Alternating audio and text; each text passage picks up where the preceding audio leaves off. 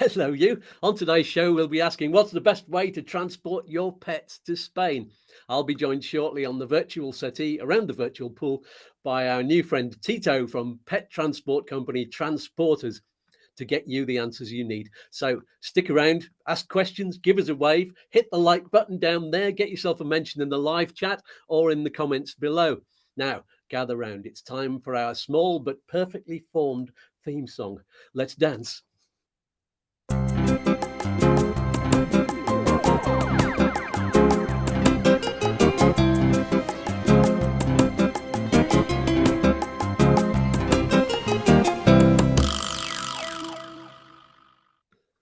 Groovy, baby. So just before I bring in Tito, don't forget to make a note of our website, u2spain.com. It's going to be there on the screen all the way through, so you can't miss it.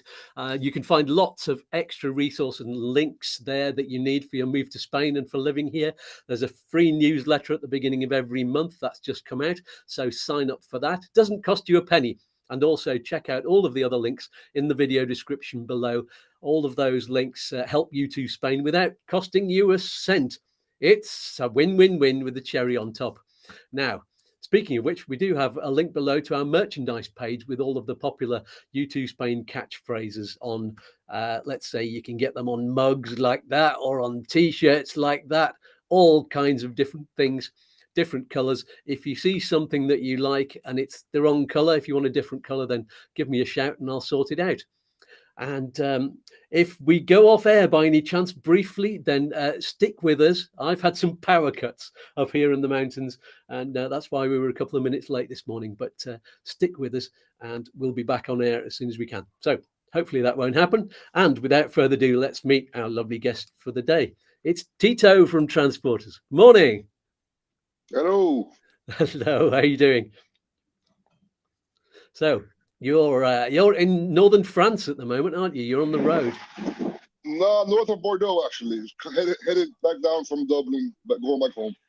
Aha, excellent. So you're whereabouts are you? Are you based in Valencia? Is it? Valencia area is a town called Javea on the coast. Mm-hmm. Javea by Denia. So, and then I live inland at the moment. Got a new house inland, the Campo. Lovely Very old nice. finca. Very nice then. Yeah. So apologies everyone if there's any traffic noise. That's the Autovia, is it? Are you that you're next to? Well, that's all right. I can see you and hear you perfectly. So that's good. Let's do a few quick shout outs, find out who's on the chat. Oh, there's plenty there. Good morning, Robbo and Debbie and Bev and Maff and Mike and Ian. And Mike is off to Alpahara next week. Wondering if I'll be needing my brolly. Weather down in the south here is just picking up. It's just getting nice again. We have had a lot of rain, and there we go. He's back in Brighton from a month motorcycling in northern Spain. Loved it. We're going to relocate next spring. Lovely. Good morning, Paul. And yes, give me a shout and I'll sort it out. That is going to be one of the catchphrases on the T-shirt, I think. So I'll design that one and put it up. So we've got some questions and comments on Facebook that we'll do in the middle of the show. And Debbie, the question that you asked earlier, we'll come to that shortly. But first of all, then, let's get to the subject. But tell us all a bit about yourself and briefly what you do at Transporters, Tito. Myself, okay. I've been living in Spain now close to 10 years. And 3 years ago, I started doing pet transport through another company. A year ago, I left them and started on my own with some very good partners. Judith and Ian. Ian is based in the UK. Judith is based somewhere near Benidorm in the mountains as well. Yeah. She takes care of all the bookings and all the paperwork and all that nice stuff. Yeah. And I do the driving and stay with the pets mainly. So yeah, we like I said, we have a house in a finca up in the campo, where we have our own bunch of animals as well. You know, just dogs and cats. But we also have a small dog hotel where we keep a small number of animals mainly for friends or clients that are going traveling for a while. So they become integrated in our home. The dogs. Yeah. So we don't want to have too many animals either, just But we usually have 6, 7 animals at home. Dogs Mhm. and our own cats. We have to deal with a new dog. Yeah. So you've got a place Yeah. that you can kind of keep the animals Yeah, if people aren't going straight over at the same time as you're taking the pet. yeah, as well. We have kennels, but we usually don't use them. We usually like the dog will stay with us at home with us in the house. But for some dogs, we do have kennels for them. Yeah. If they choose it. And I love my job. I love driving. I love being on the road. My girl doesn't like this so much because I'm always gone. But Yeah. and I've always loved animals, dogs mainly. I always had cats myself too, but I was allergic for some funny reason. I was allergic to cats my whole life until about 3 years ago, and then it stopped all of a sudden. So now I can finally pet cats. Before, if I petted a cat, I'll start sneezing, and so now I can finally get closer to cats now. So that happened to me when I met my wife. She had 2 cats, I think, that were coming in and out all the time, and I had allergies and everything. But actually, living with them for a while, it just disappeared. So yeah, good. There you go. So, which countries do you travel to and from? Presumably, it's all kind of Northern Europe. Yeah, mainly. I mean, to be honest, most traffic goes from Spain to the UK. We usually do like a load of up to 10 animals to the UK, and then coming down from the UK to Spain is usually about half of that. But we do France, Belgium, Holland, Germany, Switzerland, Italy. But most is between the UK and Spain based. Yeah, you do Ireland as well, don't you? So you can come through the UK. We do Ireland as well. Yeah. But not much either. No. Yeah. And I just came from there myself, actually. I just came from Dublin yesterday. I was there yesterday. Yeah. Yeah, I remember I've spoken to you a few times, or been on the WhatsApp over the last few days, and let me tell you, people, he's been all over the place. I'm saying, like, where are you now? You're in, you were just going through the Dartford Tunnel and saying, I'll speak to you in a minute. I'm going through the tunnel, and then you were in North Wales, heading for Holyhead, weren't you, to go over on the ferry to Dublin, and I spoke to you in Dublin, and then suddenly you're in France now. Yeah, brilliant. I get around. So you've not got any pets with you at the moment. You're just heading home. No. Yeah. And when you've got the pets there, do you stay in the van overnight, and you sleep in the van? For sure. Yeah. I never leave him unattended. Never leave. My partner now, Ian, is the London-based partner. He does personal transfer, so he'll take the owner with their pets in his vehicle, and then they'll sleep in the hotels at night.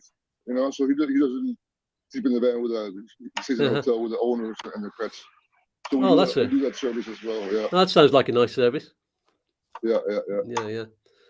Are there different rules for the number of animals that you can carry? Then you say you can take 10. Is that the limit? You can cross with 5 animals. You cannot cross in every port either, or every tunnel. You can only, for example, the Eurotunnel from Folkestone to Calais. It's 5 animals per vehicle. Yeah.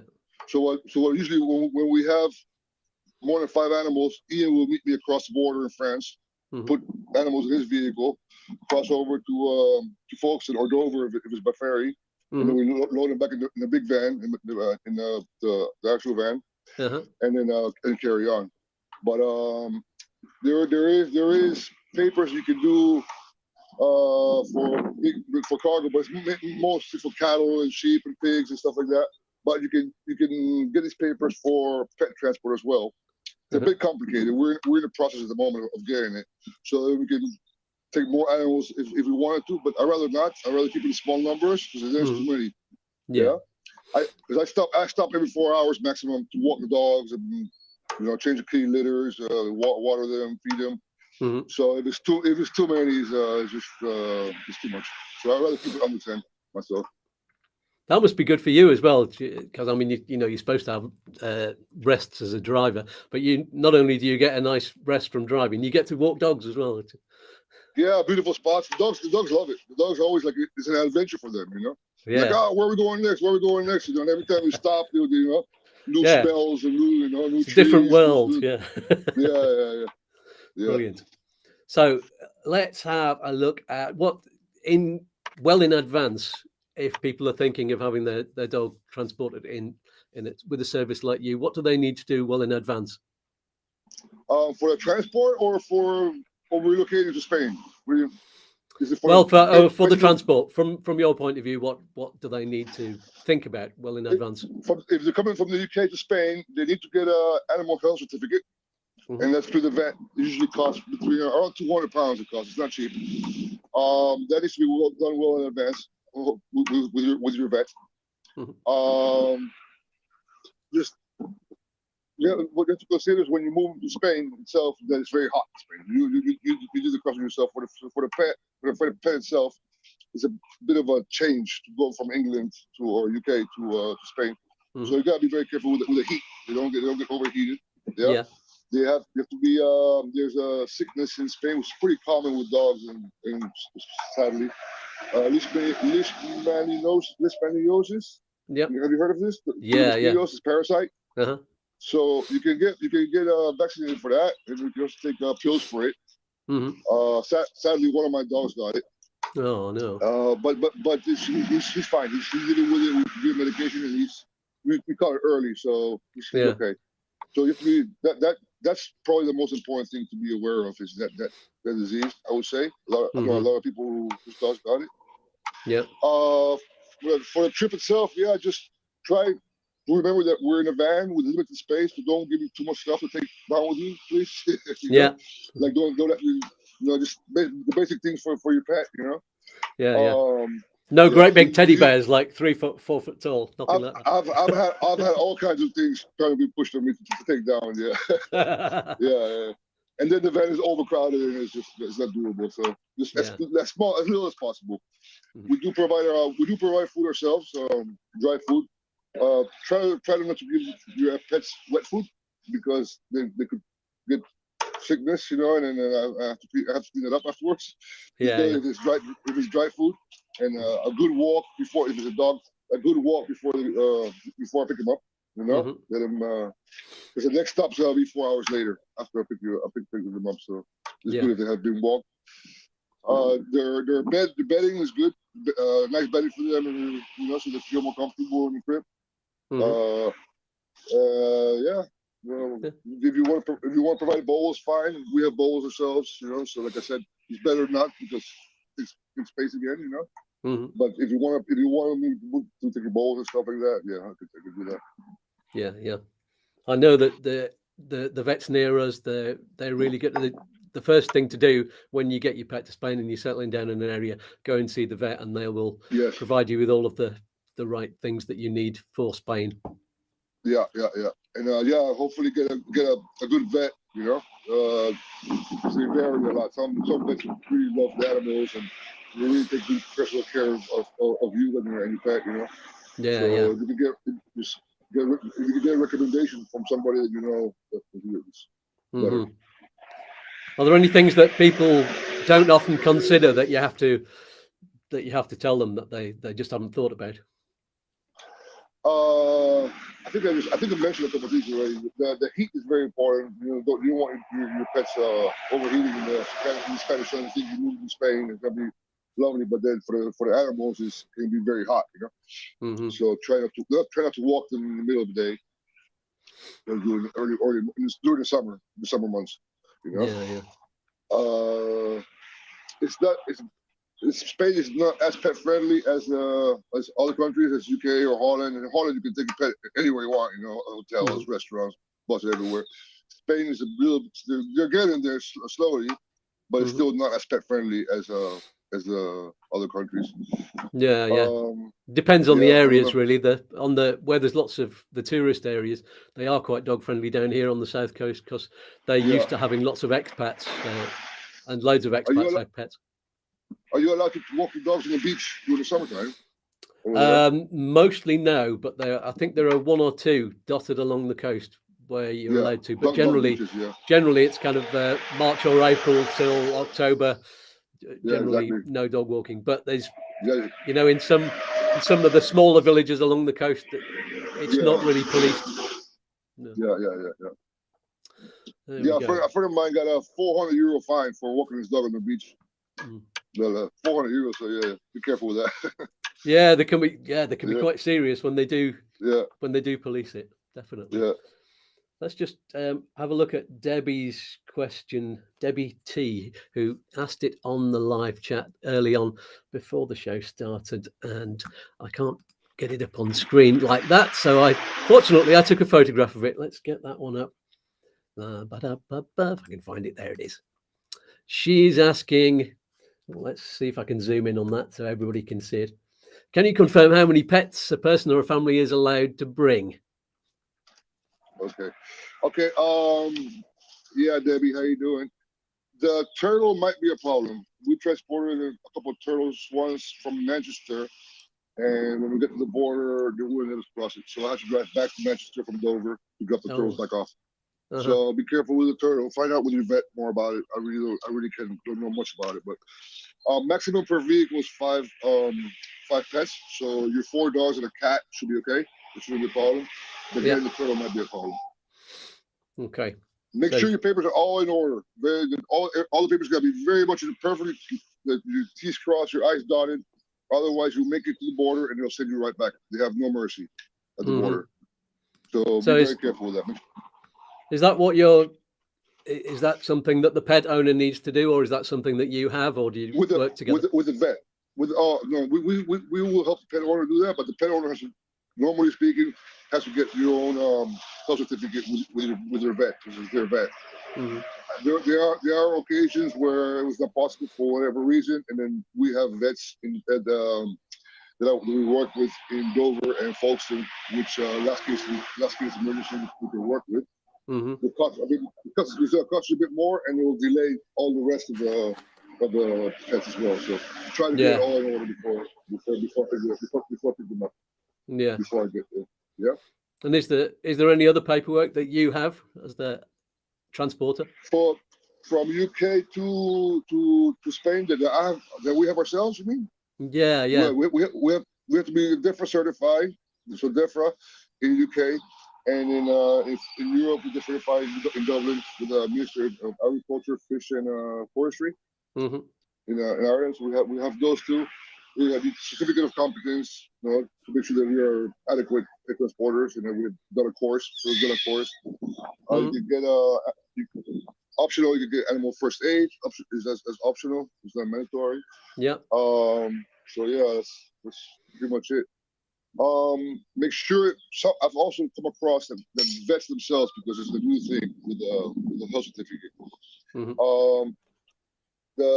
They have to scan the chip, the chip, Yep. And the rabies shot has to be done 30 days prior to the chip being scanned. I've come to the border and they scanned it after, or on the paperwork, they wrote that they have scanned the chip after the rabies shot, and that's not valid anymore either. Okay. So your vet has to know what he's doing. It's very important. Yeah. Good. And yes, and when you get over to the Spanish vet, you've got to re-register the chip, haven't you? So in Spain. Yes. Good.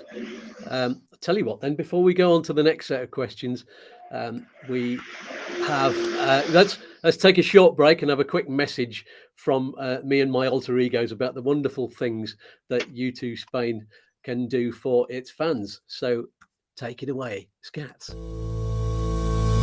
Are you getting something helpful from this show? Are you enjoying U2 Spain? Then click on the thumbs up and subscribe to U2 Spain while you're here. And click on the bell for notifications. It's all free, but it's worth loads of money. I need coffee to keep my picker up. You can donate coffee to us all. There's a link in the video description below, or use the QR code. It'll be in the top left-hand corner of the screen after this message, sweetie. But that's not all. You can support U2 Spain with a regular monthly amount. It's only a few quid. Oh, he's worth a lot more than that. There's a link below to Patreon, where you can find out what extra groovy things you get by helping out. Oh, I'm all a quiver. One more thing. Get on with it. There's an important guest twiddling their thumbs. All right, calm down. The lovely video watcher needs this. Go on then. There are lots of other links to vital things below. Like what? Well, do you need private healthcare insurance? Yes. Do you need a visa or residency? Do you need to exchange currency? What about finding a property? Or getting tax and pensions advice? Or getting a Spanish mortgage? Or getting documents translated and apostilled? Or getting a medical certificate? Or finding a lovely little app for learning Spanish? Do you need the best mobile phone provider? Or a digital business card so you never need paper ones again? Or do you just want one of U2 Spain's t-shirts with a slogan on it? You can even get discounts on dental treatments and get a lovely little smile like Scats. All of those links are there, down below. If you can't find them, ask me in the comments. Is that everything, darling? I need to get my nails done. Probably not, but let's get back to the show, shall we? Back to Scats in the studio. I wanted to say that. Oh, stop being beastly, you two. You too, Spain. Over to you, Scats. Thank you, Scats, from Malta. That's pretty funny, Scats. Thank you. Funny and useful. Yes, absolutely, very useful. Yeah, I've been making little adverts like that over the last week and getting them out there so everybody knows what's going on. And so, if anybody, by the way, is watching and you have any questions for any of my alter egos, then ask them in the comments on YouTube rather than in the live chat, because that disappears after the show is live anyway. So there we go. Let's see if there's any questions come through on the live chat. Oh yeah, this one. Does anyone know an airline to travel with the golden retriever as a reg pet? What does that mean? Is that like a? Yes, not sure what you mean. If anybody has any knowledge of that, then tell our Fox's boy in the comments below. Oh, somebody's saying yes. Thank you, Bev, for that. KLM, Lufthansa, and TUI, but must be under 8 kilograms, including the carrier. There you go. That's interesting. And we had Lynn Walker. Actually, I asked you about this before the show. You probably won't have much of an answer for this because you're all about transporting over land. But this is a big one from Lynn. She's over in Florida. They've got 2 55-pound Labradoodles. That's huge. And I hate the thought of creating them for 8 hours. Yeah, it's more of a comment than a question, but she's saying that the only options are either flying them over like that or going on the Queen Mary II, and there's a waiting list of a year or two, plus travel from England or Germany after that. The only other option is a private pet jet, which is very expensive. So you used to live in Florida, didn't you? Yeah, I lived in Miami 15 years, and we brought our pets over to Holland. My father's Dutch. But that was back in the 80s, so things have changed a lot since then. Yeah. And then before that, we lived in Venezuela and in Caracas, so they flew from Caracas to Miami and then from Miami to Holland. So it's not great for the pet, but if you feel okay with giving them some kind of tranquilizers, it's not too bad, you know. Mm-hmm. I mean, there's not many options to come across. Like you said, you can wait for the Queen Mary or fly them. There's no other option. So what can you do? Yeah. Presumably, flying is more expensive than going over land. Well, from the UK. No? Yeah, very much so. That's where that. But also, a lot of owners prefer for the dogs to be on land. You don't want to put them like her. You don't want to put them in a plane because it could be a bit traumatizing as well for the pets. Yeah. Our dog's quite nervous and was a rescue and had been treated badly before it got rescued. So that's another reason why we didn't want to go. And we also had a lot of stuff, as I was telling you before the show. Actually, we came over in the car from Ireland and had a lot of other expensive stuff that we didn't want to put in the removal van. So all of that added up to us. Like I said, the dogs usually most of the time it's a big adventure for them, you know, to come in the van and stuff. At first they're a bit skittish, like well, who's this, where we go, what's going on. Mm-hmm. But as soon as we take off, and as soon as the first stop, and they go out and I walk them, and then that's the only problem that I have with the job is that I fall in love with a lot of these dogs and cats. You know? and then I gotta say goodbye forever. I never see him again. You know. Oh no. It's a bit heartbreaking sometimes. Yeah. Yeah. There's Yeah. another question you probably there's not much of an answer to, just in case it ever happens. Says Jorge Moreno, what's the best way to move to the Canary Islands? So that's just the same, really. We had a client that was inquiring about that. It's gonna be very. If we do, it's gonna be very expensive. I think we can have to take a ferry. I'm not sure. Judith is looking into that, but I think there's a ferry from Morocco, so we have to go to Morocco. It's a ferry, which is a long ferry, so it's possible, but it's gonna be very pricey. Yeah. Again, it's probably the best way off is to fly them over there if you can with an airline. Yeah. Yeah.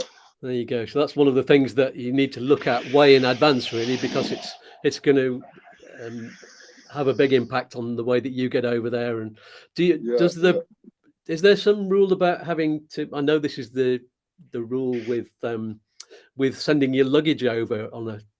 You need to meet it within a certain number of days. Do you have to bring the pet and the owner together after a certain number of days, or in less than a certain number of days? There's a 5-day gap prior or after with the plane. So the owner has to be there 5 days before or after, and have proof of a plane ticket. You know, now or the airplane ticket, boarding pass. Now sometimes owners are flying, sometimes they're driving, or so there are ways to work around that. But generally speaking, rule of thumb is boarding pass 5 days prior or after. Yeah. Everybody, if you need to know about flying, ask Bev. So we'll be flying our cats to Fuerteventura, she says. And so sounds like you've already looked into it, Bev. So if anybody wants any advice, small animals can fly with you in the plane. So that's handy. That's handy to know. Bev is a member of the U2 Spain community, everybody. So if you want to know, you can ask on there as well. So thanks for that info, Bev. I imagine one of the first things that people ask you, Tito, is what's the cost of transporting a dog or a cat? So does that depend a lot? It doesn't depend a lot. I mean, there's several companies. Some are very cheap. I don't understand how they do it. I really don't know. They probably transport many animals at the same time. I don't know. Some are very cheap. I've heard of. I've never encountered it, but I've heard of it. And some are very expensive. We're middle ground. I would say base cost the same. Madrid, London. Oh, by the way, I try to not drive into London itself because it's a headache. Yeah. So usually, if it's a London client, we'll meet you outside of London, somewhere in the ring, the train station or whatever is more convenient. Whatever depends where you live. We'll meet you there. If you want us to drive into London, we will do it, but that's an extra charge as well there because it's just a hassle driving. It takes 3 hours to go driving in and out. Yeah. But basic price, I would say between Madrid to London is about 650 euros.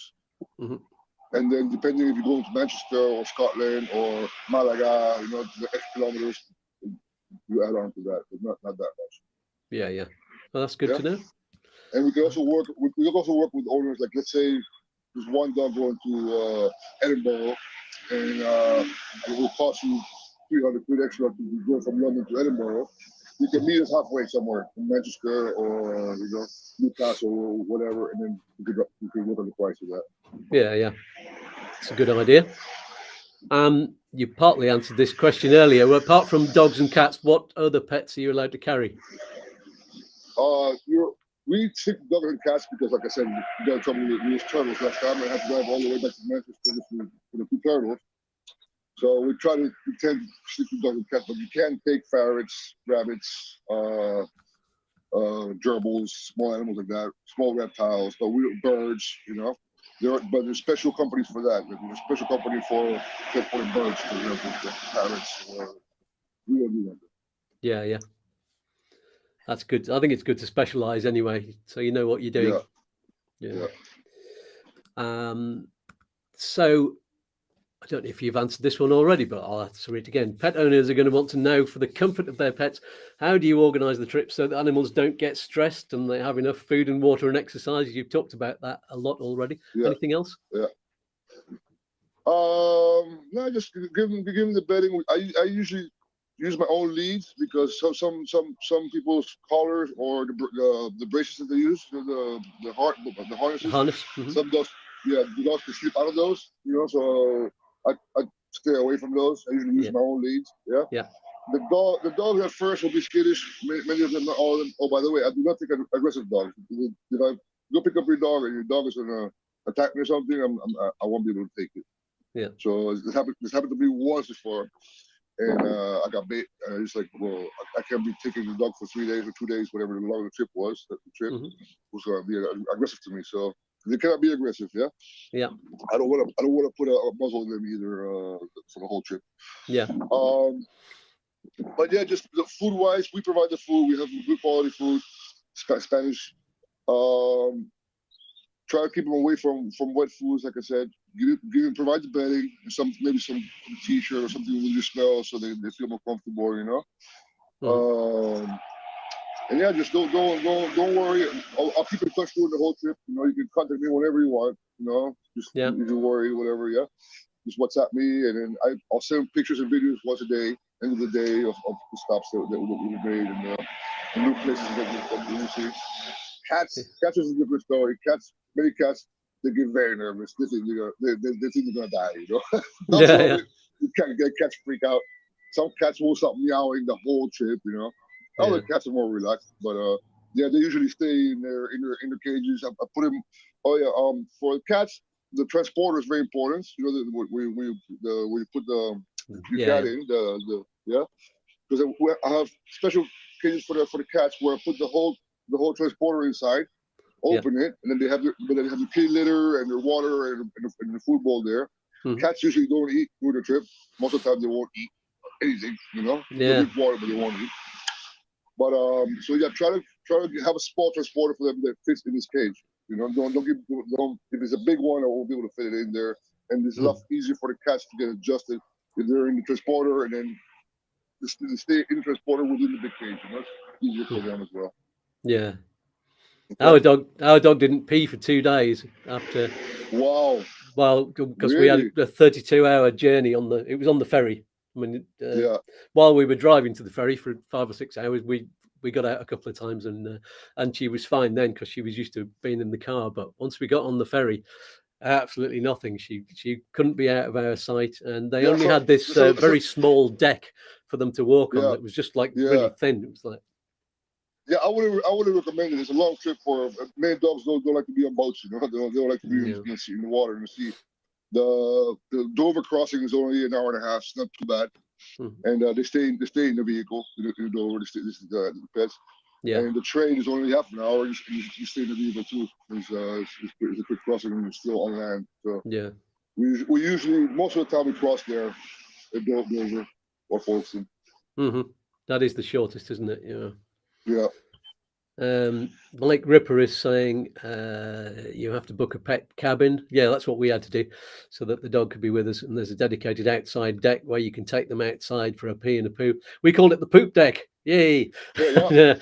But it was very, very small, and obviously there's quite a lot of dogs on there. And ours doesn't like to pee or poop when she's on the lead for some reason. So we had to make sure that the gates were closed at the either end of the deck and wait until there was no other dogs there, and then we let her off. And there's this small bit of artificial grass in the middle, and she would only pee on that bit there, which is. But eventually she did. There was 2 days worth of pee came out, and what Mike says, Brittany Ferries supply a hose and you wash down yourself. Seems to work well. Limited number of pet-friendly cabins. Yeah, another thing to watch out if you're coming from Ireland. The ferries only go from about March or April to October, so you have to plan your journey well in advance. We moved in October, and there were very few ferries left. And I know I spoke to other people a month later, and there was nothing until the following year. So it can have a big impact. This is a good question. Barry says, does the pet owner need to box the pets up and supply the usual cat or dog baskets? Box the pets up. What does that mean, box the pets up? Put them in the pet carrier. The cats, you mean? For cats, it's usually better because some cats are very difficult to catch a box, so that could take time. Yeah. So it's usually better if you can if it can be boxed by the time I get there. Yeah. But if you're having a problem, I'll help you out. You know. Yeah. Yeah. And So the baskets. If you welcome to, and I recommend that they're bedding. Like I said, like the bedding is that the dog basket? Yeah, dog basket is the bedding. the dog Yeah. baskets are, I think they're the containers, or maybe just Oh, okay, okay. the like a wicker basket if they want something like Right. that. I Well, don't know. I do have for cats. We do have our own also. If you don't have any, I can come and use ours, no problem. Mhm. And then just put them in the van in the Yeah. cages. Yeah. So John McClue says he's booked a ferry in April this year to go in October, and there were no cabins available for our dogs to go in with us. Yeah, they do have sort of kennels as well. That's the alternative. But I didn't want our dog to go in there because she would have been very nervous, Yeah, I think. I know that in the kennel still in the ferries, there's many dogs, and a lot of them, there's a barking, very nervous, so they make your dog nervous too, you know. Yeah. So coming over from UK, has anything changed since Brexit? You've been bringing pets from before then, haven't you? Are there any Euro rules? I started after Brexit, and that's one big reason why this business started. It wasn't because of Brexit. It was because of Brexit. Yeah. A lot of people had to go back to the UK, or they stayed 9 weeks at a time. So that's why this business kind of boomed because of Brexit. Yeah. And the corona. I was transporting during the lockdown as well. So I was like the only guy on the road. There was nobody on the road except me. I was driving to London. There's one of the few times I went to London. There was nobody in London, just me driving around in the van with a bunch of dogs and cats. Yeah. That was pretty cool. It's like a zombie movie. Yeah. I loved it, to be honest. Yeah. To be honest, yeah. It was, but so I cannot say to pre-Brexit how the rules were or if this changed very much because I started working after Brexit. So. I think they used to be able to take more pets in a van. I think it was like 20 or 25. Are you serious? Wow. Back then. Yeah, but they've limited it now. What you see a lot at the border, which is pretty sad, is a lot of when you get to the border before you get in the ferry or the train. It's a lot less of it nowadays, but before I would see a lot of it. There'll be 10, 20 vans there coming from Romania, Bulgaria, Eastern European countries with full of animals in the back of the van. You can tell they haven't been out in days. You know, everybody's just going crazy bargain there, and they were just bringing a big amount of animals into the UK because there's a shortage of pets in the UK. So they were making money like that, and it was not very nice. No. So they've been cracking down on that a lot. So they've been making a lot of laws and stuff to avoid that happening. And now we see a lot less of it now. So it's a lot harder to transport animals now than it used to be. But that's good for the animals in a way, you know. Yeah, I can't imagine it would be easy to walk those pets if you've got that many. It's just impossible. They haven't been walked. They haven't been walked since they left, you know. Yeah, it's very sad. So that's a good rule, and it's been good business for you because you need more vans now going over. Yeah. But we do Spain. I mean, there weren't many. There's mostly East European vans doing that kind of work. You know, they have great vans. Some of them are very expensive vans, but they didn't look after the animals properly. You know? It was just for money. Just business, you know. Yeah. I heard there used to be there's different numbers of rescue dogs that you can carry to actual pet ones. We are. They're getting cracking down on that too now, so it's getting a bit more complicated. The laws have been changing around rescue animals and breeder animals as well. Bred animals. So UNIT is looking into that now at the moment because they recently changed some laws. So I don't know much about it myself. He knows more about it than I do.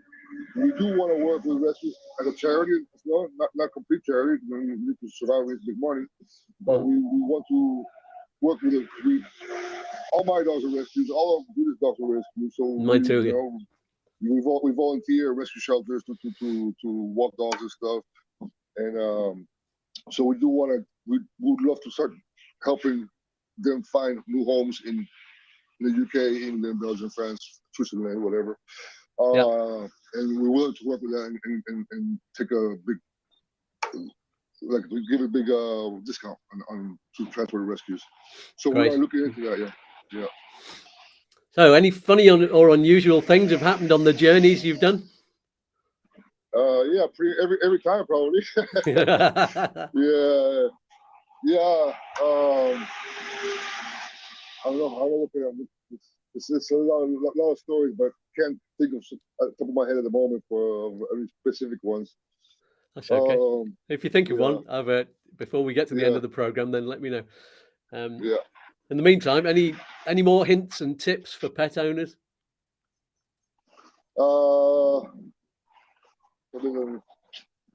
Not at the moment either. Sorry. I think you've said a lot of those at the start of the show, haven't you? There we go. And we don't have any more questions on the live chat, and we've done all of the questions from YouTube. Oh, one thing I wanted to mention, I've made a note of the word caterpillar down here. There's a very specific caterpillar that kind of appears they kind of gather around pine trees mainly. So if you're in the kind of area where we have quite a lot of them around here in the south, and they're poisonous. In the January, February, March time. Yeah. It's not the whole year. Yeah. Processarias. Yeah. That's it. They call them in English. Yeah. Procession caterpillars or something like that. Yeah. And that's because they walk a lot. They've got a huge procession of them, and that's why you can actually find them. But they can poison a pet, and it could be fatal within minutes, really. Yeah. So something to look out for. you can get antihistamines to keep at home just in case it does happen. So before you get to the vet, you can give them antihistamines. You have homeopathic ones too and stuff, but it's good you mentioned that, for sure. Barry says, is Tito sitting next to a Formula One track? No. Sorry. Mind you, you're going to be going, where's the Formula One's in? Formula One's in Spain today, isn't it? So I think they're doing the time trials today, but that's not near where you're going. So. And it does sound like Formula One for me. Yeah, sorry about that. That's all right. Nothing you can do about that. And Chris is asking, bringing in pet parrots. You said earlier on in the show that you don't really do parrots. It's a different kind of rules. Yeah. I don't know. I'm not very familiar with parrots. I don't know. I've been around them a bit, but it's good to have somebody that knows them well. Yeah. And I've seen vans full of parrots also. It's funny because they open the door, you can hear what's quacking. It's pretty funny. Yeah. So they're specialists for that. So it is possible. Yeah. Yeah. That's good to know. Yeah. So you need to speak to a specialist on that one, Chris. And there we go. So that is actually all the questions. If you have any more questions, by the way, people on the live chat, if you've got any quick ones, ask now. We've got like a 20-second time delay on the live chat. So if after the show's finished, if you've got any questions, then put them in the YouTube comments below, and I can pass them on and ask Tito in the background and get the answers to you. And while we're waiting to see if there's any more live chat questions, don't forget to click on the like button, which is down there on the bottom of the screen if you haven't already, and subscribe, and you'll be the first to know what's coming up each week on the live shows and the midweek videos.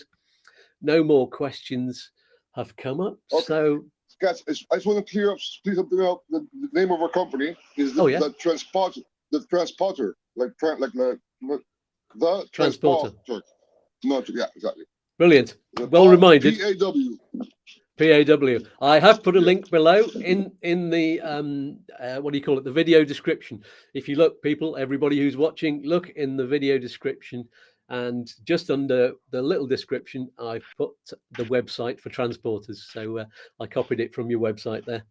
So if anybody wants to get in touch, and I would recommend it. So there you go.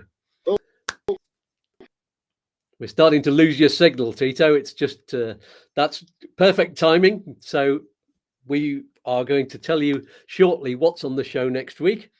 And in the meantime, let's give a big virtual hug and a kiss to Tito for being amazing and helpful. And hopefully we'll see you again in the future. You've frozen at the moment, but thank you so much for being on the show and answering the questions. Bye for now. There we go. We managed to keep him on. I've been very nervous throughout the show because, as I said before, we had power cuts and my computer shut down a few times. But there we go. So I'm going to wave to Tito in the background there. He's come back. I'll speak to you later, Tito. And in the meantime, next Saturday's show, I will be talking to Chris from Upsticks all about criminal records checks, apostilles, and translations. These are sometimes a bit tricky. And I've been in touch with a company who helps you to get these criminal records checks and apostilles and translations. So we might get one of those on the show as well. These are all time-sensitive documents that can be difficult to schedule, and especially if you're in the US. So I've heard, because although it's in the UK, it's the ACRO check, but in the US, I think it's the FBI, and it takes a lot longer to get those documents through. So there is a company that can help you get them quicker, I think. So we'll find out about that next week. Chris will be taking the questions about all of that, and we'll get you the information you need. So why don't I ask some questions in advance on the U2 Spain Facebook community? The link to that is below. If you can't find the video description, just look at the name of the video, which is down just below the screen down there, and it says read more just after it, and click on the read more and it will come up with lots and lots of information. There'll be another read more below that, and there's so much information that you can get there and so many offers. And that is everything for this week. Somebody pass around the fluffy pet cookies. Peace and love to you all. And here's one final message from all of us at U2 Spain. Here it is. Bye, lads. Bye. Goodbye. Toodaloo. Peace and love. Peas and fluff. Oi, oi. Don't do anything I wouldn't do. One more cosmic dance? All right, then. Look, Mum, I'm dancing. Oh, I'm all a quiver. Let's dance.